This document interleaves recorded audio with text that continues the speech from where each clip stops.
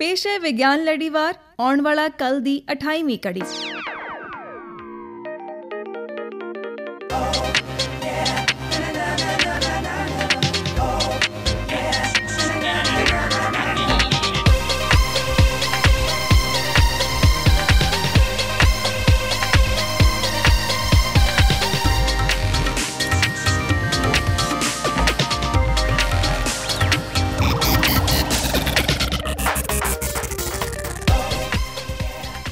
श्रोतियो, स्वागत है तुहाडा सब दा विज्ञान लड़ीवार आउण वाला कल दी 28वीं कड़ी विशिष्ट दे कथन विच।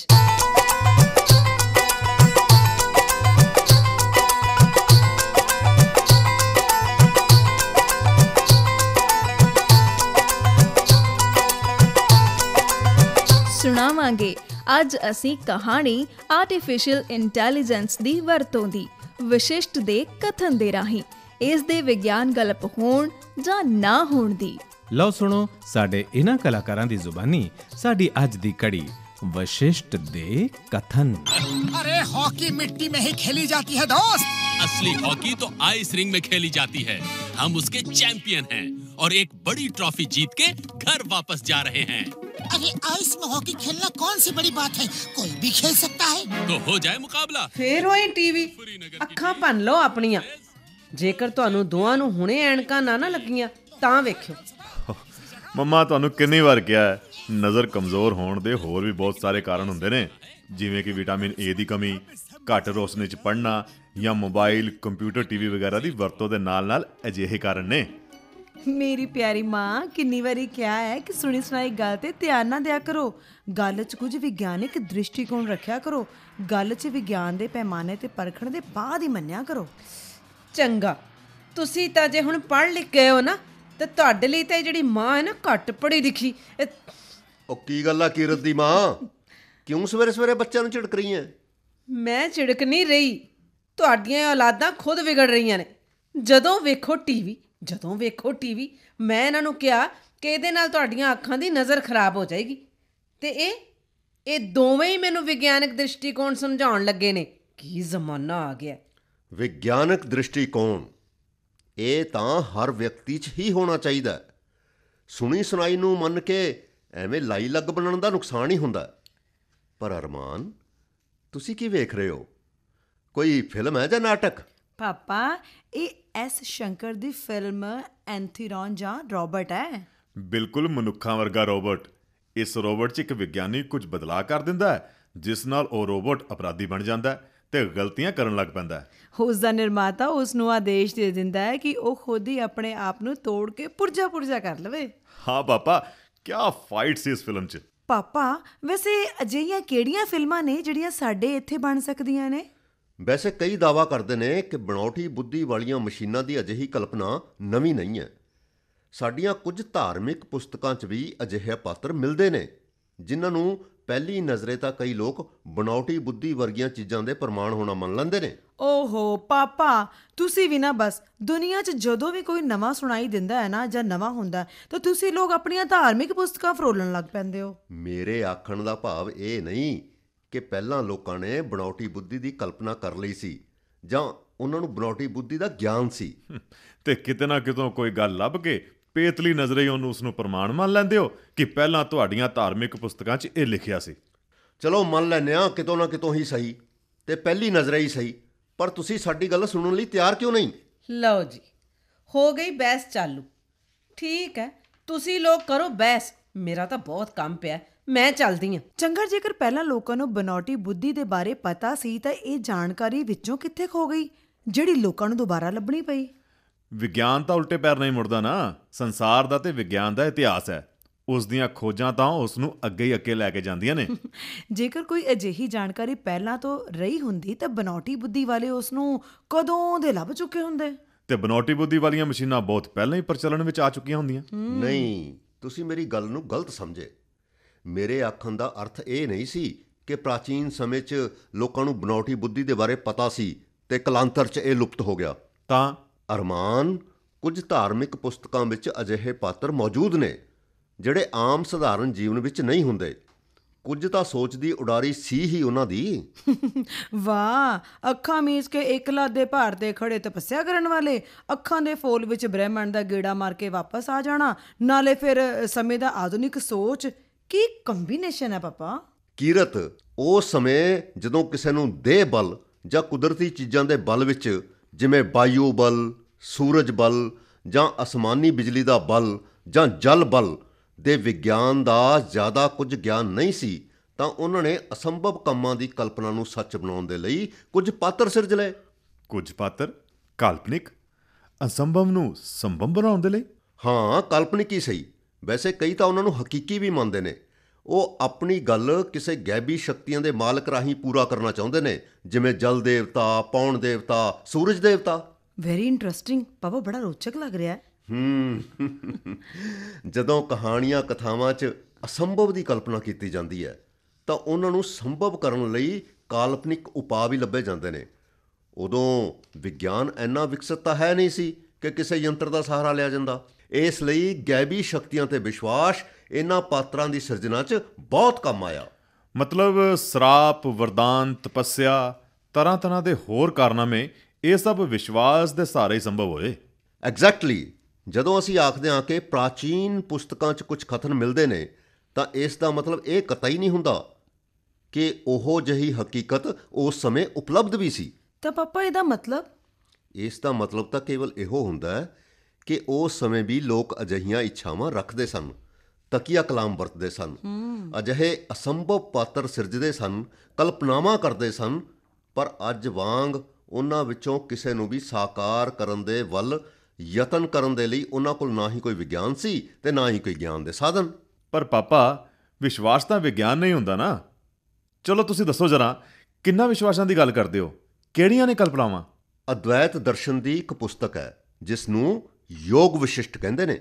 ਯੋਗ ਵਿਸ਼ਿਸ਼ਟ? ਹਾਂ, ਕਹਿੰਦੇ ਨੇ ਇੱਕ ਵਾਰ ਜਦੋਂ ਮਰਿਆਦਾ ਪੁਰਸ਼ੋਤਮ ਸ਼੍ਰੀ ਰਾਮ ਤੀਰਥ ਯਾਤਰਾ ਕਰਕੇ ਮੁੜੇ ਤਾਂ ਉਹਨਾਂ ਨੂੰ ਸੰਸਾਰ ਤੋਂ ਵੈਰਾਗ ਹੋ ਗਿਆ।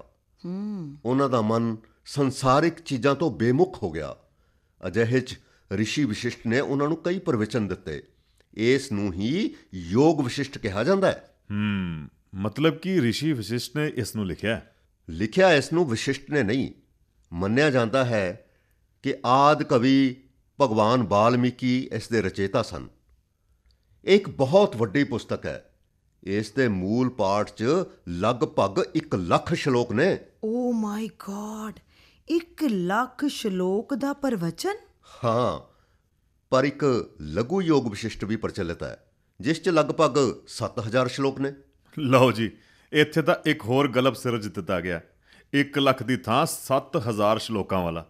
ਕਿਸ ਨੂੰ ਕਹੀਏ ਸਹੀ ਤੇ ਕਿਸ ਨੂੰ ਕਹੀਏ ਗਲਤ? ਵੇਖੋ, ਸ਼ਲੋਕਾਂ ਦਾ ਰੌਲਾ ਤਾਂ ਕਰੀਬ ਹਰੇਕ ਪੁਰਾਤਨ ਗ੍ਰੰਥ 'ਚ ਹੈ। ਕਈ ਮਾਮਲਿਆਂ 'ਚ ਤਾਂ ਇਹ ਕਹਿਣਾ ਵੀ ਮੁਸ਼ਕਲ ਹੈ ਕਿ ਉਹ ਲਿਖਤ ਹੈ ਜਾਂ ਨਕਲੀ, ਪਰ ਜੋ ਵੀ ਹੋਵੇ ਉਸ 'ਚ ਲਿਖੇ ਨੂੰ ਤਾਂ ਅਸੀਂ ਮਿਟਾ ਨਹੀਂ ਨਾ ਸਕਦੇ।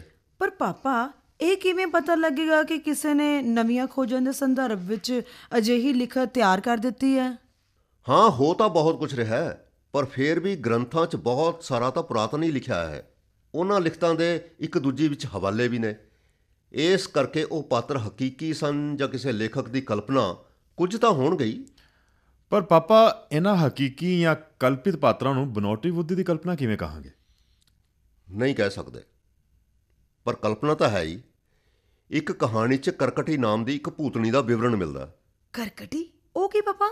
ਹਾਂ, ਪ੍ਰਸੰਗ ਹੈ ਕਿ ਕਿਸੇ ਸਮੇਂ ਹਿਮਾਲਿਆ ਪਰਬਤ ਦੀ ਚੋਟੀ ਤੇ ਇੱਕ ਪਰਬਤਾਕਾਰ ਸਰੀਰ ਵਾਲੀ ਭੂਤਣੀ ਕਰਕਟੀ ਰਹਿੰਦੀ ਸੀ। ਅੱਛਾ। ਉਸ ਦੇ ਪੇਟ 'ਚ ਭੁੱਖ ਦੀ ਅੱਗ ਹਮੇਸ਼ਾ ਜਲਦੀ ਰਹਿੰਦੀ ਸੀ।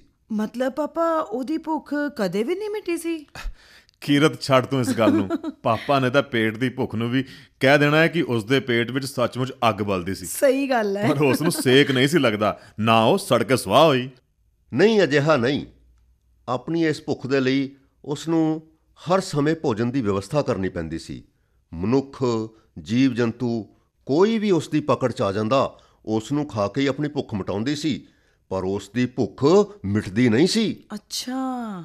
ਉਸ ਨੇ ਸੋਚਿਆ ਕਿ ਜੇਕਰ ਉਸ ਦਾ ਸਰੀਰ ਇੰਨਾ ਵੱਡਾ ਨਾ ਹੁੰਦਾ, ਉਸ ਨੂੰ ਇੰਨੀ ਭੁੱਖ ਨਾ ਲੱਗਦੀ, ਤੇ ਉਸ ਨੂੰ ਭੋਜਨ ਦੇ ਲਈ ਇੰਨੇ ਯਤਨ ਵੀ ਨਾ ਕਰਨੇ ਪੈਂਦੇ। ਫਿਰ ਪਾਪਾ? ਫੇਰ ਕੀ, ਉਸ ਨੇ ਨਿਰਜਲ ਇੱਕ ਲੱਤ ਤੇ ਖੜੇ ਹੋ ਕੇ ਹੱਥਾਂ ਨੂੰ ਉੱਪਰ ਚੁੱਕ ਕੇ ਲੰਮੇ ਸਮੇਂ ਤੱਕ ਤਪੱਸਿਆ ਕੀਤੀ। ਕਮਾਲ ਹੈ, ਇੰਨਾ ਭਾਰਾ ਭਰਕਮ ਪਹਾੜ ਜਿੱਡਾ ਸਰੀਰ ਤੇ ਇੱਕ ਲੱਤ ਦੇ ਸਹਾਰੇ ਖੜੇ ਰਹਿਣਾ। ਲੰਮੇ ਸਮੇਂ ਤੱਕ ਕਠਨ ਤਪੱਸਿਆ ਦੇ ਬਾਅਦ ਕਰਕਟੀ ਨੇ ਵਰ ਮੰਗਿਆ ਕਿ ਮੇਰਾ ਆਕਾਰ ਛੋਟਾ ਹੋ ਜਾਏ ਤਾਂ ਕਿ ਮੈਨੂੰ ਬਾਰ-ਬਾਰ ਭੋਜਨ ਦੇ ਲਈ ਭਟਕਣਾ ਨਾ ਪਏ। ਅੱਗੇ ਕੀ ਹੋਇਆ ਪਾਪਾ? ਬ੍ਰਹਮਾ ਜੀ ਨੇ ਉਸ ਨੂੰ ਸੂਈ ਦੇ ਆਕਾਰ ਦਾ ਬਣਾ ਦਿੱਤਾ ਤੇ ਇੱਕ ਨਵਾਂ ਜਨਮ ਦੇ ਦਿੱਤਾ ਬੀ ਸੂਚਿਕਾ, ਤੇ ਹਦਾਇਤ ਦਿੱਤੀ ਕਿ ਉਹ ਸਿਰਫ ਪਾਪੀਆਂ ਤੇ ਅਧਰਮੀਆਂ ਦੇ ਸਰੀਰ 'ਚ ਪ੍ਰਵੇਸ਼ ਕਰਕੇ ਉਹਨਾਂ ਦੇ ਖੂਨ ਨਾਲ ਹੀ ਆਪਣੀ ਭੁੱਖ ਮਿਟਾਵੇ। ਤਾਂ ਕਰਕਟੀ ਮਤਲਬ ਬੀ ਸੂਚਿਕਾ ਦਾ ਕੰਮ ਆਸਾਨ ਹੋ ਗਿਆ ਹੋਵੇਗਾ।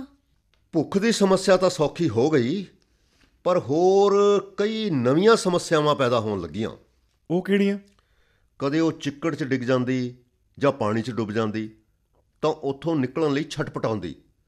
ਕਦੇ-ਕਦੇ ਕਿਸੇ ਦੇ ਪੈਰ ਥੱਲੇ ਦਬ ਜਾਂਦੀ ਤਾਂ ਵਾਰ-ਵਾਰ ਸੋਚਦੀ ਕਿ ਹਾਏ, ਇਹ ਮੈਂ ਕੀ ਕੀਤਾ? ਕਿਵੇਂ ਪਹਾੜ ਜਿੱਡਾ ਮੇਰਾ ਸਰੀਰ ਸੀ, ਮੇਰੀ ਹੀ ਮੱਤ ਮਾਰੀ ਗਈ, ਜਿਹੜਾ ਵਰਦਾਨ 'ਚ ਇਹ ਛੋਟਾ ਜਿਹਾ ਸਰੀਰ ਮੰਗ ਲਿਆ। ਹੁਣ ਕੀ ਕਰਾਂ? ਪਾਪਾ, ਇਹ ਕਹਾਣੀ ਤਾਂ ਬੜੀ ਮਜ਼ੇਦਾਰ ਹੁੰਦੀ ਜਾ ਰਹੀ ਹੈ। ਫਿਰ ਕੀ ਹੋਇਆ, ਅੱਗੇ ਦੱਸੋ ਨਾ। ਫੇਰ ਕੀ, ਉਸ ਨੇ ਇੱਕ ਵਾਰ ਫੇਰ ਤਪੱਸਿਆ ਕੀਤੀ ਤੇ ਵਰਦਾਨ ਮੰਗਿਆ ਕਿ ਉਸ ਨੂੰ ਇਸ ਦੇਹ ਤੋਂ ਮੁਕਤੀ ਦਿੱਤੀ ਜਾਵੇ। ਬ੍ਰਹਮਾ ਜੀ ਨੇ ਉਸ ਨੂੰ ਫੇਰ ਉਸ ਦਾ ਪੁਰਾਣਾ ਸਰੀਰ ਵਰਦਾਨ 'ਚ ਦੇਤਾ। ਭੁੱਖ ਦੀ ਸਮੱਸਿਆ ਫੇਰ ਆਣ ਖੜੀ ਹੋਈ। ਪਰ ਪਾਪਾ, ਸੂਈ ਦੇ ਆਕਾਰ ਦੀ ਬੀ ਸੂਚਿਕਾ ਦੀ ਇੱਕ ਲੱਤ ਵੀ ਸੀ ਨਾ ਖੜਾ ਹੋਣ ਦੇ ਲਈ। ਚਲੋ ਦੱਸੋ ਫਿਰ ਕੀ ਹੋਇਆ? ਕਿਉਂਕਿ ਤਪੱਸਿਆ ਨਾਲ ਕਰਕਟੀ ਦਾ ਚਰਿੱਤਰ ਨਿਰਮਲ ਹੋ ਚੁੱਕਿਆ ਸੀ, ਇਸ ਲਈ ਉਸਨੇ ਤੈਅ ਕੀਤਾ ਕਿ ਉਹ ਭੋਜਨ ਦੇ ਰੂਪ 'ਚ ਸਿਰਫ ਅਧਰਮੀਆਂ ਤੇ ਪਾਪੀਆਂ ਦੀ ਹੀ ਵਰਤੋਂ ਕਰੇਗੀ। ਐਵੇਂ ਹੀ ਉਸ ਦੇ ਦਿਨ ਲੰਘਦੇ ਗਏ। ਅੱਛਾ, ਅੱਗੇ ਕੀ ਹੋਇਆ ਪਾਪਾ? ਇੱਕ ਦਿਨ ਕਿਰਾਤ ਦੇਸ਼ ਦਾ ਰਾਜਾ, ਉਸ ਦੇ ਮੰਤਰੀ ਤੇ ਸੈਨਿਕ ਉਸੇ ਜੰਗਲ 'ਚ ਘੁੰਮ ਰਹੇ ਸਨ ਜਿੱਥੇ ਕਰਕਟੀ ਰਾਖਸ਼ਣੀ ਦਾ ਨਿਵਾਸ ਸੀ। ਕਰਕਟੀ ਉਹਨਾਂ ਨੂੰ ਇਹ ਪਰਖ ਕਰ ਲੈਣਾ ਚਾਹੁੰਦੀ ਸੀ ਕਿ ਉਹ ਲੋਕ ਸੱਚਮੁੱਚ ਹੀ ਮੂਰਖ ਜਾਂ ਅਧਰਮੀ ਨੇ ਤੇ ਉਸ ਦਾ ਭੋਜਨ ਬਣਨ ਦੇ ਯੋਗ ਨੇ। ਅੱਛਾ, ਫਿਰ? ਕਰਕਟੀ ਨੇ ਉਹਨਾਂ ਨੂੰ ਲਲਕਾਰਿਆ ਤੇ ਕਿਹਾ, ਮੈਂ ਤੁਹਾਡੇ ਤੋਂ 10 ਪ੍ਰਸ਼ਨ ਪੁੱਛਾਂਗੀ। ਜੇਕਰ ਤੁਸੀਂ ਉਹਨਾਂ ਦੇ ਸਹੀ ਉੱਤਰ ਨਾ ਦੇ ਸਕੇ ਤਾਂ ਨਿਸ਼ਚਿਤ ਹੀ ਮੇਰਾ ਭੋਜਨ ਬਣੋਗੇ। ਫਿਰ ਕੀ ਹੋਇਆ ਪਾਪਾ? ਫੇਰ ਕੀ, ਰਾਜਾ ਤਾਂ ਗਿਆਨਵਾਨ, ਪ੍ਰਜਾ ਪਾਲਕ, ਨਿਆਂ ਪਸੰਦ, ਤਿਆਗੀ ਤੇ ਜਨਤਾ ਪ੍ਰਤੀ ਸਮਰਪਿਤ ਸੀ।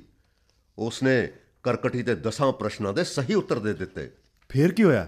ਫਿਰ ਰਾਜੇ ਨੇ ਕਰਕਟੀ ਨੂੰ ਇੱਕ ਪੇਸ਼ਕਸ਼ ਦਿੱਤੀ ਕਿ ਉਹ ਉਸ ਦੇ ਰਾਜ 'ਚ ਚੱਲੇ।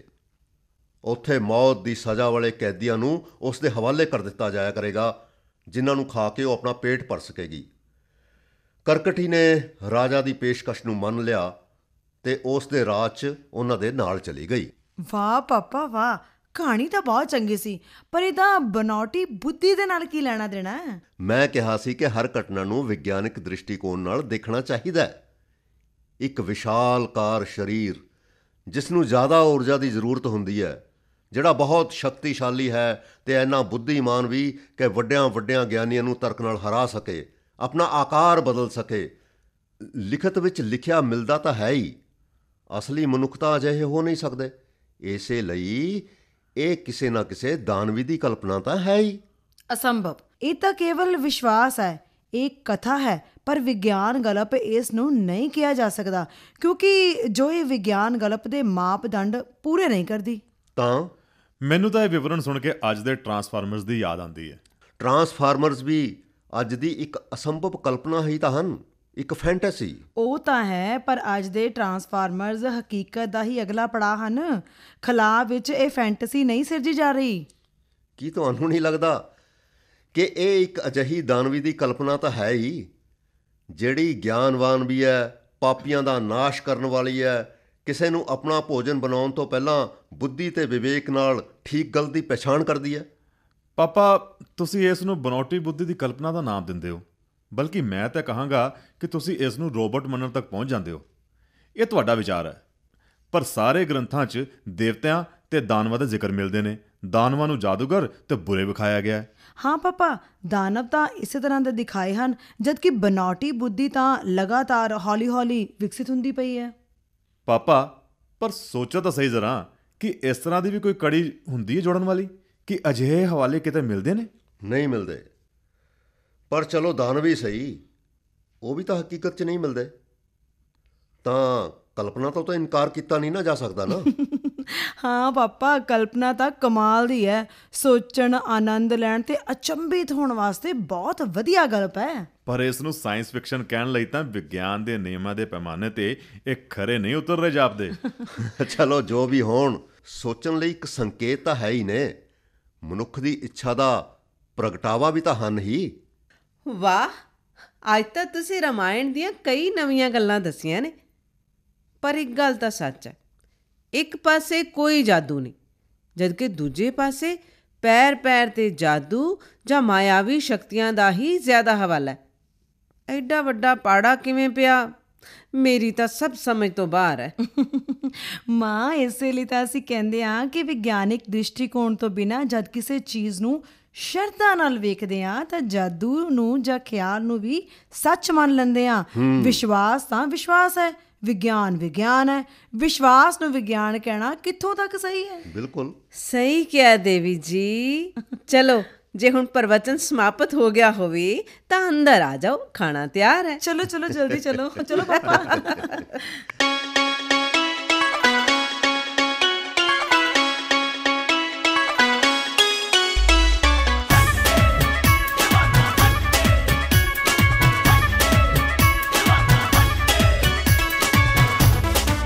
ਪਾਪਾ, ਤੁਸੀਂ ਸੋਫੀਆ ਨੂੰ ਜਾਣਦੇ ਹੋ? ਕਿਹੜੀ ਸੋਫੀਆ? ਪਾਪਾ, ਉਹੀ ਮਨੁੱਖੀ ਰੋਬੋਟ ਹੈ ਜਿਹਨੂੰ ਸਾਊਦੀ ਅਰਬ ਨੇ ਨਾਗਰਿਕਤਾ ਪ੍ਰਦਾਨ ਕੀਤੀ ਹੈ ਤੇ ਜਿਸ ਨੂੰ ਸੰਯੁਕਤ ਰਾਸ਼ਟਰ ਵਿਕਾਸ ਪ੍ਰੋਗਰਾਮ ਨੇ ਆਪਣਾ ਇਨੋਵੇਸ਼ਨ ਚੈਂਪੀਅਨ ਐਲਾਨ ਦਿੱਤਾ ਹੈ। ਲੋਕ ਇਸ ਮਨੁੱਖਨੁਮਾ ਰੋਬੋਟ ਨੂੰ ਕੁਝ ਜ਼ਿਆਦਾ ਹੀ ਭਾਅ ਦੇ ਰਹੇ ਨੇ, ਨਹੀਂ? ਕਿਉਂ? ਇਸ ਲਈ ਕਿ ਹੈ ਤਾਂ ਇੱਕ ਬਨੌਟੀ ਬੁੱਧੀ ਵਾਲਾ ਚੈਟਬੋਟ ਹੀ। ਫਰਕ ਬਸ ਇੰਨਾ ਹੈ ਕਿ ਇਸ ਨੂੰ ਇੱਕ ਮਹਿਲਾ ਚਿਹਰੇ ਦੇ ਨਾਲ ਡਿਜ਼ਾਈਨ ਕੀਤਾ ਗਿਆ। ਚੈਟਬੋਟ? ਉਹ ਕੀ? ਚੈਟਬੋਟ ਇੱਕ ਤਰ੍ਹਾਂ ਦਾ ਕੰਪਿਊਟਰ ਪ੍ਰੋਗਰਾਮ ਹੁੰਦਾ ਹੈ ਜਿਹੜਾ ਸਾਡੇ ਨਾਲ ਸਾਡੀ ਭਾਸ਼ਾ 'ਚ ਸੰਵਾਦ ਕਰ ਸਕਦਾ ਹੈ। ਇਹਨਾਂ 'ਚ ਦੋ ਖਾਸ ਗੱਲਾਂ ਹੁੰਦੀਆਂ ਨੇ, ਇੱਕ ਦਿੱਤੇ ਗਏ ਕਮਾਂਡ ਨੂੰ ਸਮਝਣਾ ਤੇ ਦੂਜਾ ਉਸ ਦਾ ਉੱਤਰ ਦੇਣਾ। ਅਰਮਾਨ, ਪਾਪਾ ਨੂੰ ਨਾ ਦੱਸੋ, ਨਹੀਂ ਤਾਂ ਉਹ ਚੈਟਬੋਟ ਨੂੰ ਵੀ ਆਪਣੀਆਂ ਧਾਰਮਿਕ ਕਿਤਾਬਾਂ, ਉਹ ਜਿਹੜੀ ਦੱਸੀ ਸੀ ਨਾ ਕਿਹੜੀ, ਯੋਗ ਵਸ਼ਿਸ਼ਟ, ਉਸ 'ਚੋਂ ਲੱਭਣਗੇ। ਉਹ ਲੱਭਣਾ ਨਹੀਂ ਪਏਗਾ। ਅਜਿਹੇ ਬਹੁਤ ਸਾਰੇ ਕਾਲਪਨਿਕ ਸੰਵਾਦ ਉਪਲਬਧ ਨੇ। ਵੇਖਿਆ ਨਾ ਵੀਰੇ, ਮੈਂ ਕਹਿੰਦੀ ਪਈ ਸੀ ਨਾ ਤੈਨੂੰ। ਚੰਗਾ ਪਾਪਾ, ਤਾਂ ਦੱਸੋ ਤੁਸੀਂ ਆਪਣੇ ਯੋਗ ਵਿਸ਼ਿਸ਼ਟ ਦੀਆਂ ਸੋਫੀਆਵਾਂ ਦੇ ਬਾਰੇ 'ਚ, ਮਤਲਬ ਕਿ ਸੰਵਾਦ ਕਰਨ ਵਾਲੇ ਕਾਲਪਨਿਕ ਜੀਵਾਂ ਬਾਰੇ। ਯੋਗ ਵਿਸ਼ਿਸ਼ਟ 'ਚ ਇੱਕ ਥਾਂ ਦੈਤਾ ਦੇ ਰਾਜਾ ਸਬਰਾਸੁਰ ਦਾ ਪ੍ਰਸੰਗ ਆਇਆ। ਉਹ ਪਾਤਾਲ 'ਚ ਰਾਜ ਕਰਦਾ ਸੀ।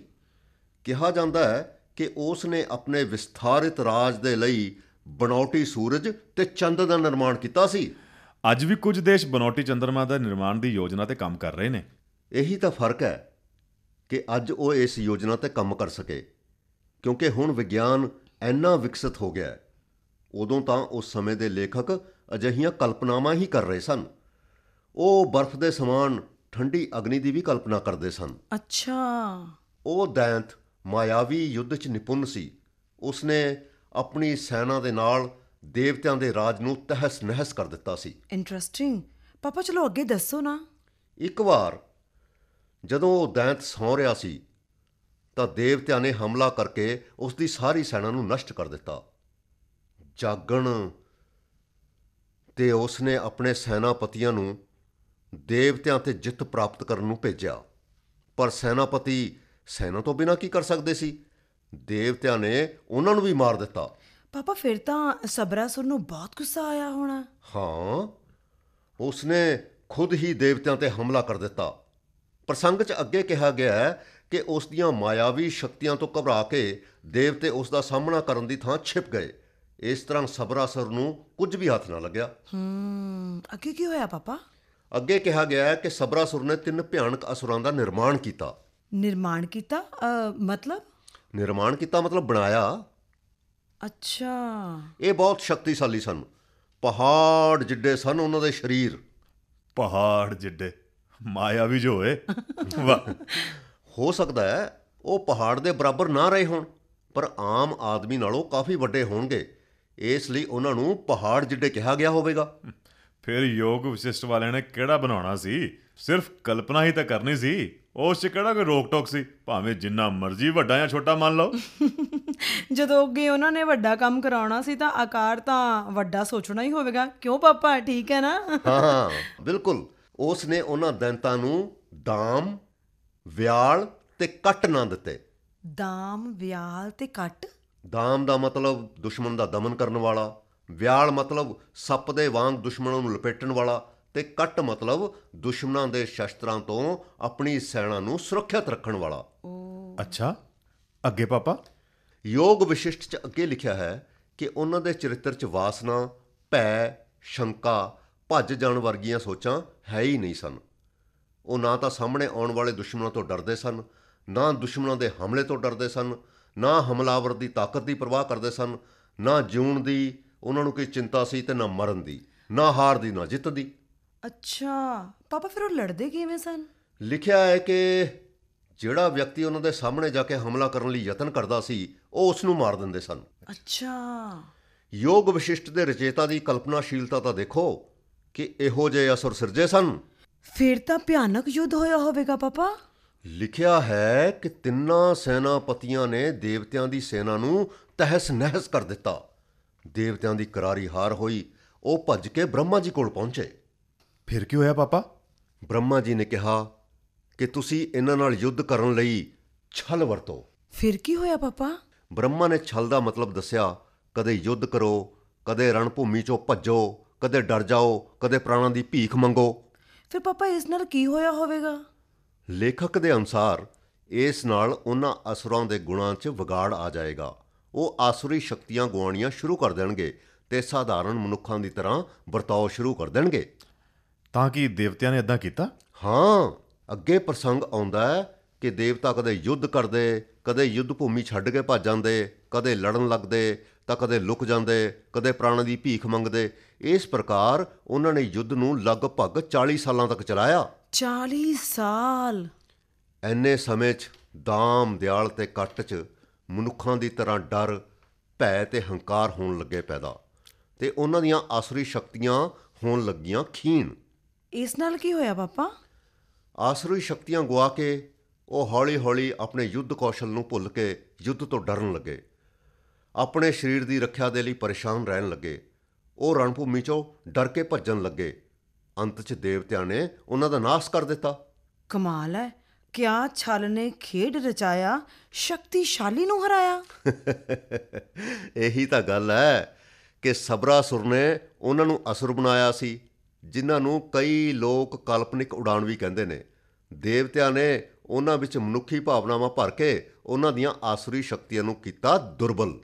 ਪਾਪਾ, ਬੇਸ਼ੱਕ ਤੁਸੀਂ ਇਹਨਾਂ ਦਾਮ, ਵਿਆਲ ਤੇ ਕੱਟ ਨੂੰ ਬਨਾਉਟੀ ਬੁੱਧੀ ਦਾ ਸੰਕਲਪ ਕਹਿਣ ਦੀ ਕੋਸ਼ਿਸ਼ ਕੀਤੀ ਹੈ, ਜਦਕਿ ਉਹ ਅਸੁਰ ਜਾਂ ਦੈਂਤ ਸਨ ਅਤੇ ਉਸ ਵਕਤ ਦੀਆਂ ਕਥਾਵਾਂ ਵਿੱਚ ਦੇਵਤੇ ਤੇ ਦੈਂਤ ਆਮ ਹੀ ਮਿਲਦੇ ਸਨ।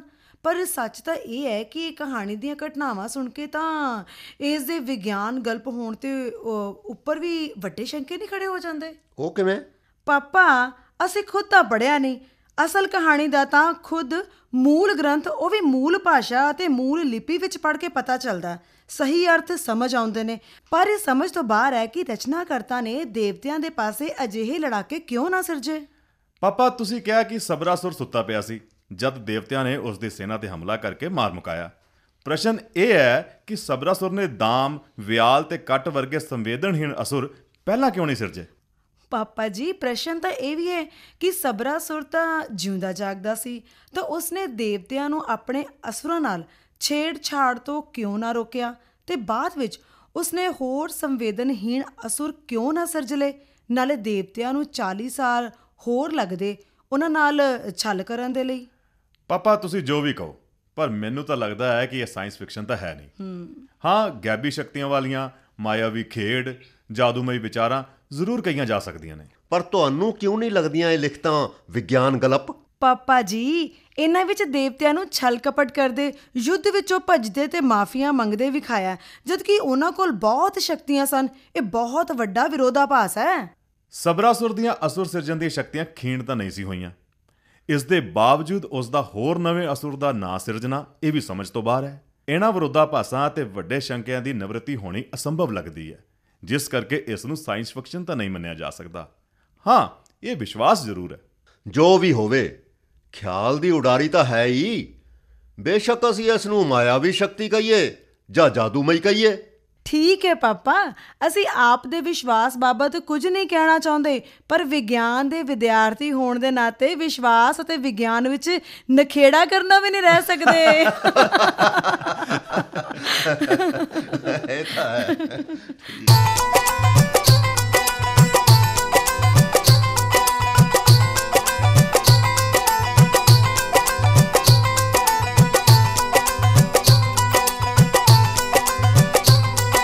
ਤੁਸੀਂ ਸੁਣ ਰਹੇ ਸੀ ਵਿਗਿਆਨ ਲੜੀਵਾਰ, ਆਉਣ ਵਾਲਾ ਕੱਲ ਦੀ 28ਵੀਂ ਕੜੀ।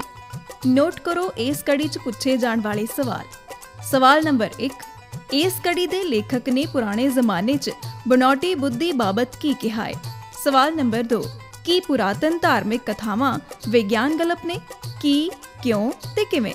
ਸਵਾਲਾਂ ਦੇ ਜਵਾਬ ਭੇਜਣ ਲਈ ਸਾਡਾ ਪਤਾ ਨੋਟ ਕਰੋ। ਇੰਚਾਰਜ ਪ੍ਰੋਗਰਾਮ ਆਉਣ ਵਾਲਾ ਕੱਲ, ਮਾਰਫਤ station director Akashvani Jalandhar, pin code 144001। ਭਾਗ ਲੈਣ ਵਾਲੇ ਕਲਾਕਾਰ ਰਾਜੇਸ਼ ਸ਼ਰਮਾ, ਗੁਰਵਿੰਦਰ ਸਿੰਘ, ਵਿਕਾਸ ਨੇਬ, ਰਮਨਦੀਪ, ਨੀਤੂ ਅਤੇ ਕੁਸੁਮ ਸੋਨੀਆ।